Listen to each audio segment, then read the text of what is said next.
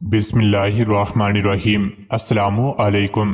روزانہ واقعات سننے کے لیے اس چینل کو سبسکرائب کریں۔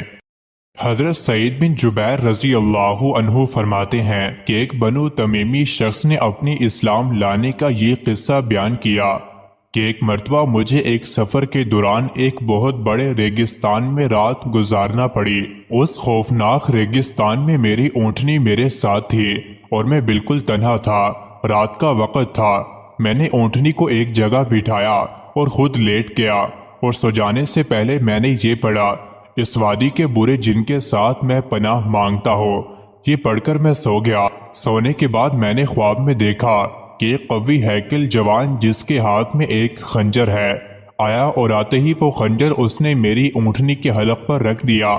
یہ دیکھتے ہی میں گھبرا کر جاگ اٹھا اور ارد گرد دیکھنے لگا مگر کوئی چیز نظر نہ آئی۔ میں اسے یوں ہی وہم و خیال سمجھ کر پھر سو گیا۔ دوبارہ وہی جوان ہاتھ میں خنجر لیے نظر آیا۔ اس نے خنجر پھر میری اونٹنی کے گلے پر رکھ دیا۔ میں پھر چونک پڑا اور دیکھا کہ میری اونٹنی بھی کانپ رہی ہے۔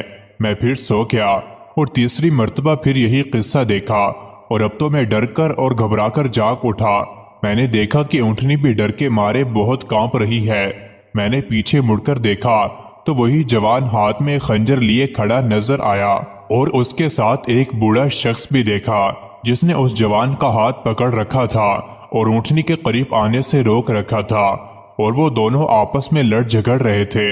تھوڑی دیر میں 3 بڑے بیل وہاں آ گئے اور اس بوڑھے نے اس جوان سے کہا کہ ان بیلوں میں سے جو بیل چاہو اس میرے پڑوسی آدمی کے اونٹنی کے بدلے میں لے لو، مگر میرے پڑوسی آدمی کی اونٹنی کو ہاتھ نہ لگاؤ۔ چنانچہ وہ جوان آگے بڑھا اور ان بیلوں میں سے ایک بیل اس نے پکڑ لیا اور اسے لے کر وہاں سے چلا گیا۔ پھر وہ بوڑھا شخص مجھ سے مخاطب ہو کر کہنے لگا کہ دیکھو بھائی، اب تم لوگ اس قسم کی ڈراؤنی جگہوں میں کسی جن کے ساتھ پناہ نہ مانگا کرو، اس لیے کہ اب ان کا زور اور طلسم ٹوٹ چکا ہے۔ اب تم یوں کہا کرو، میں محمد صلی اللہ علیہ وسلم کے رب کے ساتھ پناہ مانگتا ہوں اس وادی کے ہول سے۔ میں نے کہا کہ یہ محمد صلی اللہ علیہ وسلم کون ہیں؟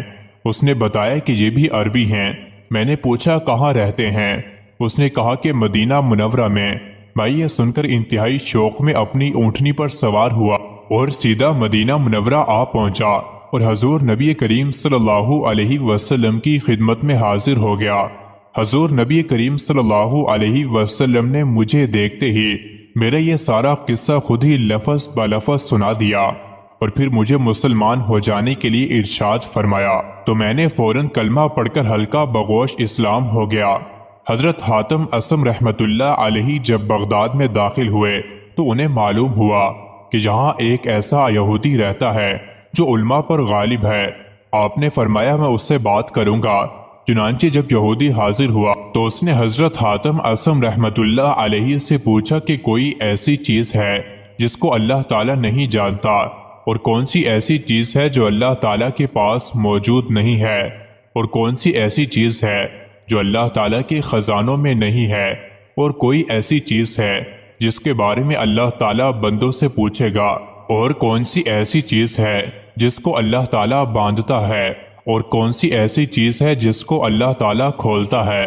حضرت حاتم اصم رحمت اللہ علیہ نے یہودی سے پوچھا، اگر میں تیرے سوالوں کا جواب دے دوں تو اسلام کا اقرار کرے گا؟ اس نے کہا ہاں۔ اس کے بعد حضرت حاتم اصم رحمت اللہ علیہ نے فرمایا کہ جس چیز کو اللہ تعالیٰ نہیں جانتا وہ اس کا شریک یا اس کا لڑکا ہے، اس لیے کہ اللہ تعالیٰ اپنے لیے شریک یا لڑکا نہیں جانتا، اور جو چیز اللہ تعالیٰ کے پاس نہیں ہے وہ ظلم ہے۔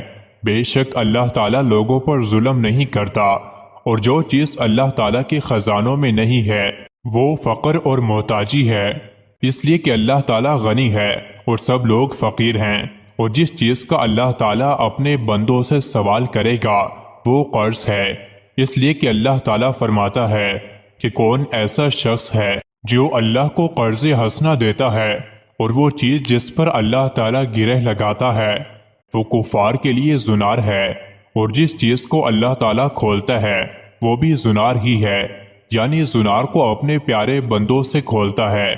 یہ سن کر اللہ تعالیٰ کے حکم سے وہ یہودی مسلمان ہو گیا۔ مزید ایسی ہی ویڈیوز کے لیے چینل کو ضرور سبسکرائب کریں۔